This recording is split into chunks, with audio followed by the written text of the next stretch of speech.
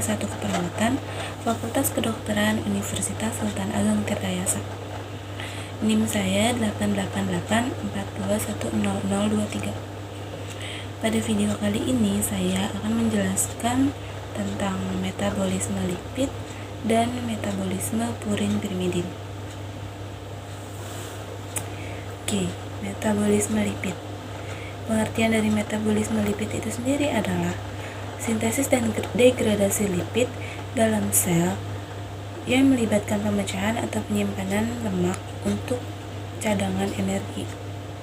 Nah, metabolisme lipid ini memiliki fungsinya tersendiri, yaitu diantaranya ada untuk menyimpan energi dan berfungsi sebagai komponen membran seluler dan lipoprotein. Di dalam metabolisme lipid ini memiliki beberapa tahapan. Ada 2 tahapan, yaitu katabolisme dan anabolisme.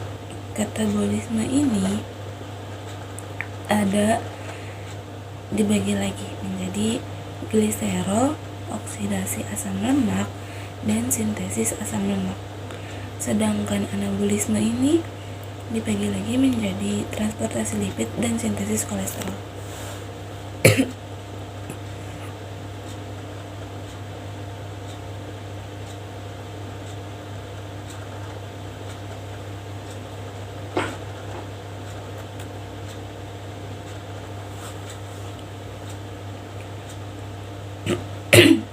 Nah, di tahapan metabolisme gliserol ini ada beberapa tahapan lagi. Di antaranya gliserol itu merupakan hasil dari lipolisis lipid atau trigliserida. Tahapan yang pertama pada proses metabolisme lipid adalah gliserol. Nah, gliserol ini menghasilkan lipolisis lipid atau trigliserida. Pada gliserol ini dia juga membentuk energi melalui glikolisis. Nah, tahapan di dalam metabolisme gliserol ini adalah gliserol direaksikan dengan satu gugus fosfat dari ATP lalu menghasilkan gliserol 3 fosfat.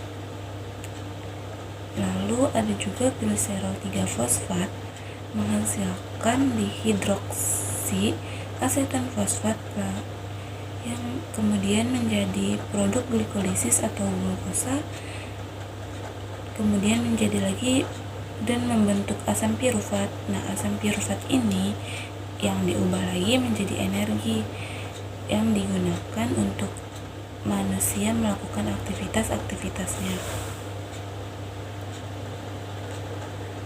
Selanjutnya ada proses oksidasi asam lemak.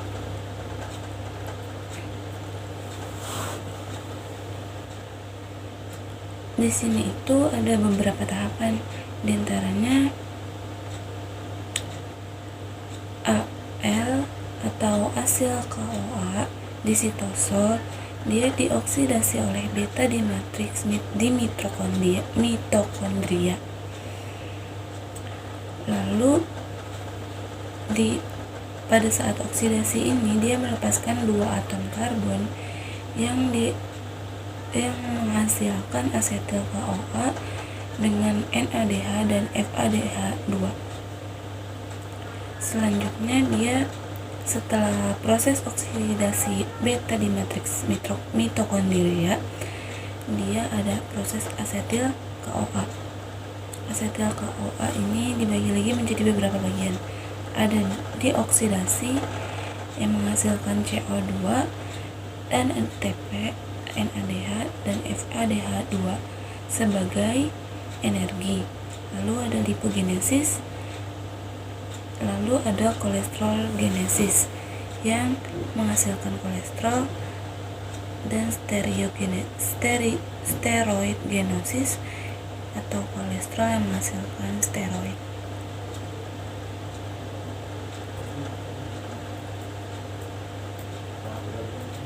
Selanjutnya ada sintesis asam lemak. Di dalam proses sintesis asam lemak ini terjadi kelebihan asetil CoA sehingga membuatnya disintesis menjadi asam lemak. Lalu sintesis asam lemak ini terjadi di dalam hati, tepatnya pada sitoplasma. Pada sintesis asam lemak ini, ACP atau acyl carrier protein itu merupakan titik pengikatan selama sintesis loh. Nah, di sintesis asam lemak ini dia NADPH-nya digunakan untuk sintesis sebagai reduktor. Di dalam sintesis asam lemak ini dia menghasilkan asam lemak jenuh bebas yang mengalami esterifikasi dengan gliserol yang menghasilkan trigliserid, lalu disimpan, atau asam lemak jenuh bebas ini menghasilkan albumin, lalu albumin dirubah lagi menjadi jaringan lain yang memerlukan. Jaringan lain yang memerlukan ini membentuk energi yang selanjutnya digunakan untuk aktivitas manusia.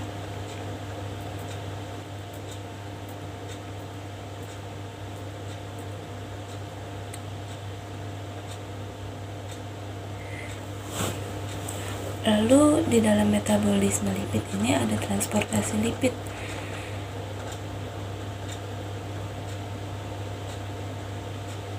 Di dalam transportasi lipid ini terdapat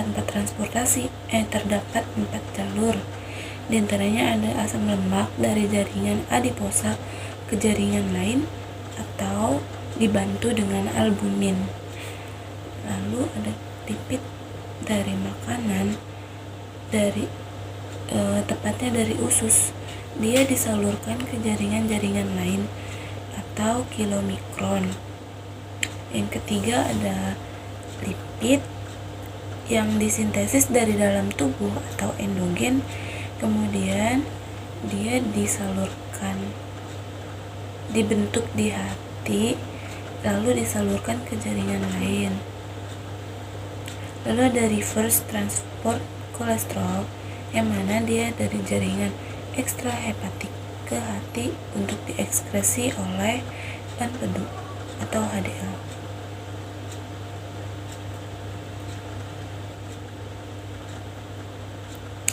Pada metabolisme lipid ini juga terjadi proses sintesis kolesterol.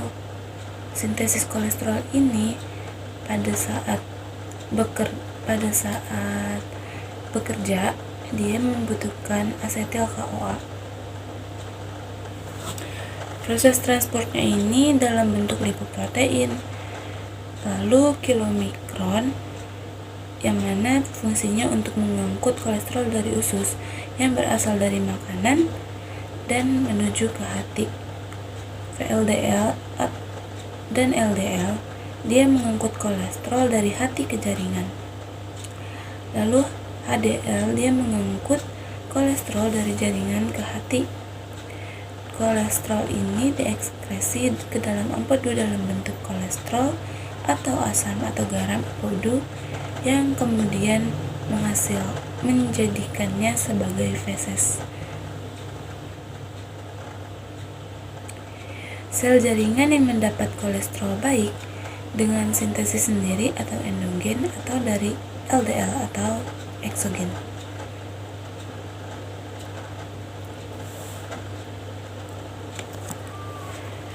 Proses dari metabolisme lipid secara lengkap yaitu lipid trigliserida dapat disintesis dari asam lemak yang kemudian asam-asam lemak ini diaktifkan menjadi asil CoA oleh enzim asil CoA sintase dengan memakai ATP dan CoA. Lalu setelah itu dua molekul asli CoA ini bergabung dengan gliserol 3-fosfat untuk membentuk 1,2-deasil gliserol-fosfat atau dinamakan fosfadidat yang terjadi melalui dua tingkatan, yaitu lisofosfatidat yang dikatalisis oleh gliserol 3-fosfat yang merupakan hasil transferase dan kemudian oleh hasil gliserol 3-fosfat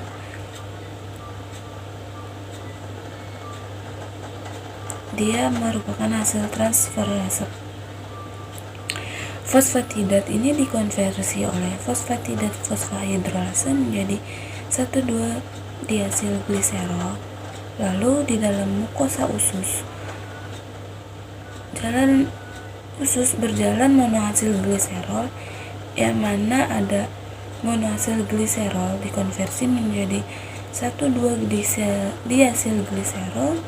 Kemudian hasil KOA berikut diesterifikasi dengan diasilgliserol membentuk triasilgliserol yang dikatalisis oleh diasilgliserol sebagai hasil dari transferase. Bila karbohidrat yang memasuki tubuh melebihi yang dipakai sebagai energi atau disimpan dalam bentuk glikogen, maka kelebihan karbohidrat tersebut diubah menjadi trigliserida dan disimpan dalam jaringan adiposa. Kebanyakan sintesis trigliserida terjadi di hati dan sejumlah kecil di dalam jaringan adiposa. Mula-mula, karbohidrat dikonversi menjadi asetil CoA yang terjadi selama pemecahan glukosa pada sistem glikolisis. Kemudian asetil CoA ini diubah menjadi asam lemak malonyl CoA dan NADPH sebagai perantara utama dalam proses polimerisasi.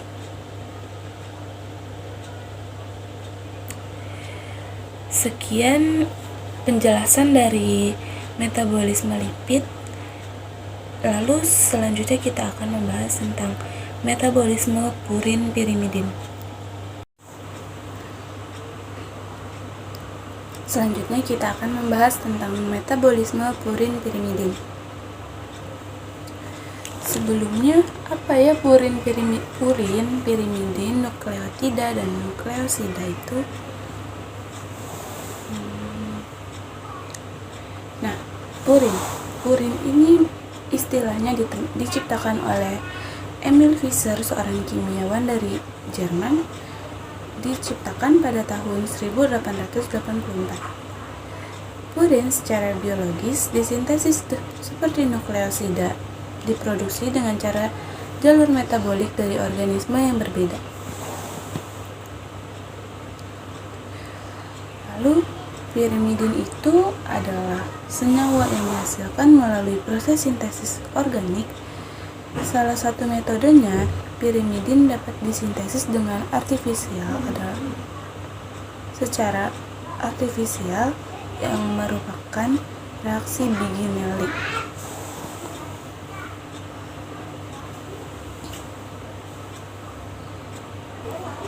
Nah, purin dan pirimidin itu intinya adalah inti dari senyawa komponen molekul nukleotida, asam nukleat RNA, dan DNA.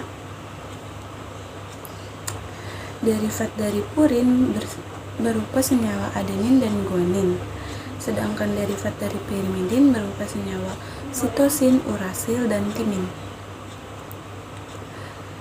Basa yang dimiliki oleh purin adalah adenin dan guanin, sedangkan basa yang dimiliki oleh pirimidin adalah sitosin, urasil, dan timin.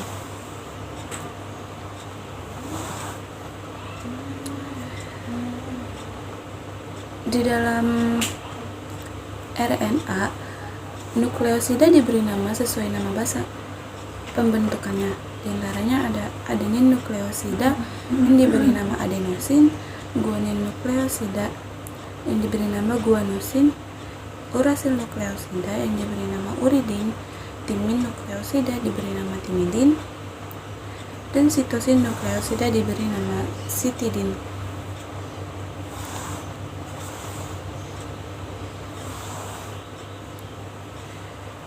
Proses-proses dari metabolisme purin pirimidin adalah yang pertama itu nukleoprotein dirubah menjadi asam nukleat, lalu asam nukleat dirubah lagi menjadi mononukleotida.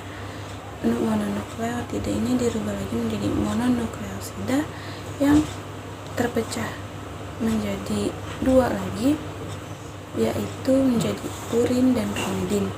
Nah, purin ini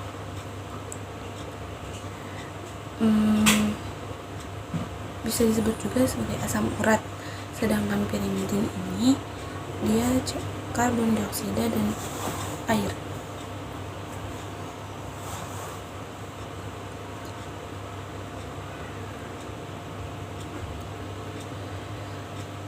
Lalu ada nukleoprotein. Nukleoprotein ini menghasilkan asam nukleat dan protein.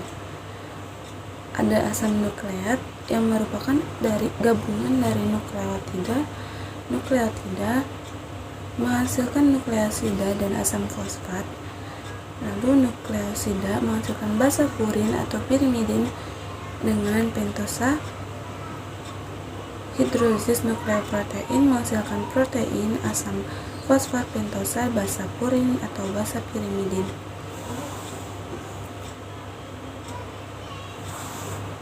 Nah, dari tadi menyebut nama asam nukleat.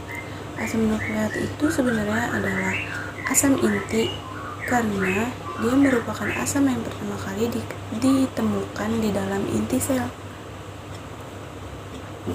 Di dalam inti sel ini, asam nukleatnya terdapat bentuk DNA dan RNA. DNA atau deoksiribonukleik aksid merupakan bahan genetik yang disebut dengan gen. Sedangkan RNA atau ribonukleik aksid merupakan bahan cetakan atau template informasi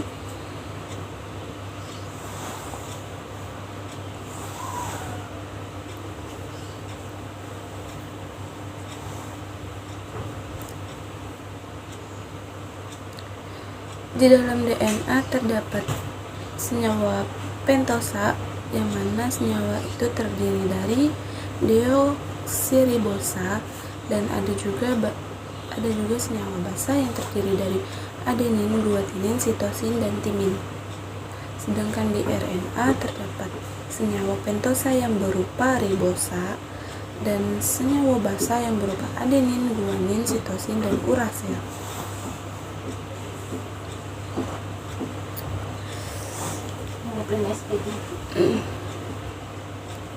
Nukleosida alam terdiri dari adenin nukleotida atau adenosin monofosfat atau AMP, guanin nukleotida atau guanin monofosfat atau AMP, hipoksantin nukleotida atau inosin monofosfat atau IMP, urasil nukleotida atau uridin monofosfat yang disingkat dengan UMP, sitidin nukleotida atau sitidin monofosfat yang disingkat dengan SMP, timin nukleotida atau timidin monofosfat yang disingkat dengan TMP, adenosin trifosfat atau ATP yang merupakan ikatan energi tertinggi, uridin trifosfat atau UTP yang merupakan ikatan energi tinggi juga.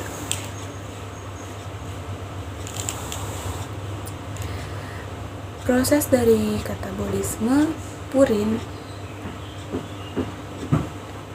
sebagai berikut. Pertama, dia dimulai dari adenosin.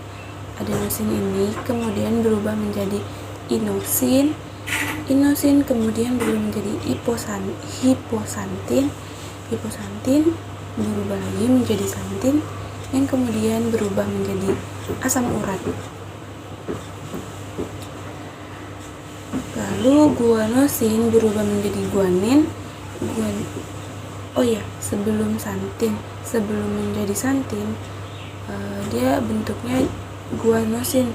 Nah, guanosin ini berubah menjadi guanin. Guanin berubah menjadi santin.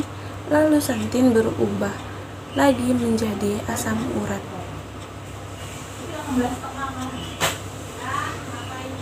Nah,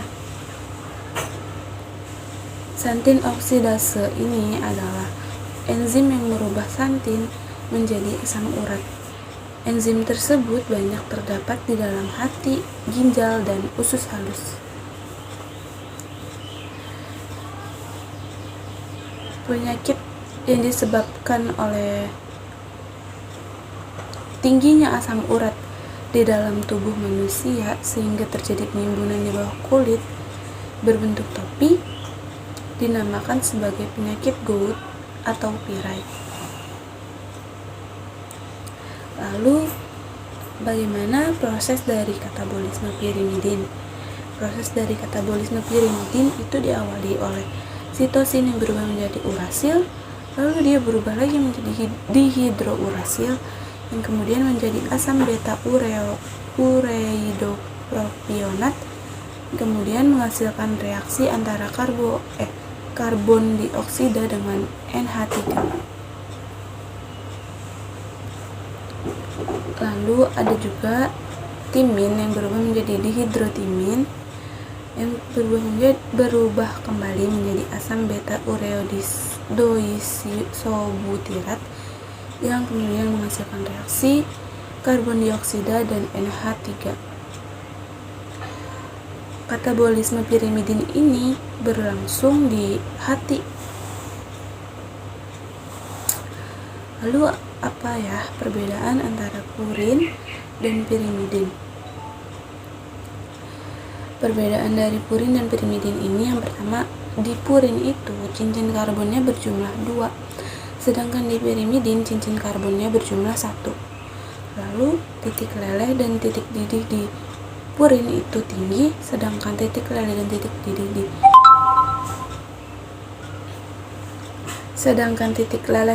didih di pirimidin ini rendah. Lalu yang ketiga ada si purin ini berfungsi sebagai molekul prekursor, sedangkan pirimidin berfungsi sebagai molekul prekursor.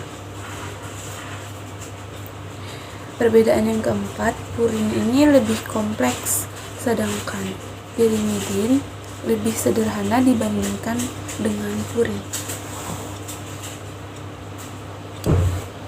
Selain memiliki perbedaan, purin dan pirimidin juga memiliki persamaan. Di antaranya, purin dan pirimidin itu memiliki sifat fisika dan kimia yang sama. Lalu dia memberikan dasar kimia bagi pemindahan keterangan di dalam inti semua sel.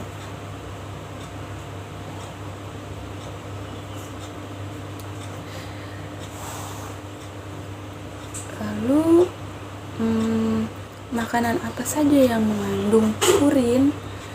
Di antaranya ada daging, kerang, dan buncis. Ya, sekian saja materi metabolisme lipid dan metabolisme purin pirimidin dari saya. Kurang lebihnya mohon maaf. Wassalamualaikum warahmatullahi wabarakatuh.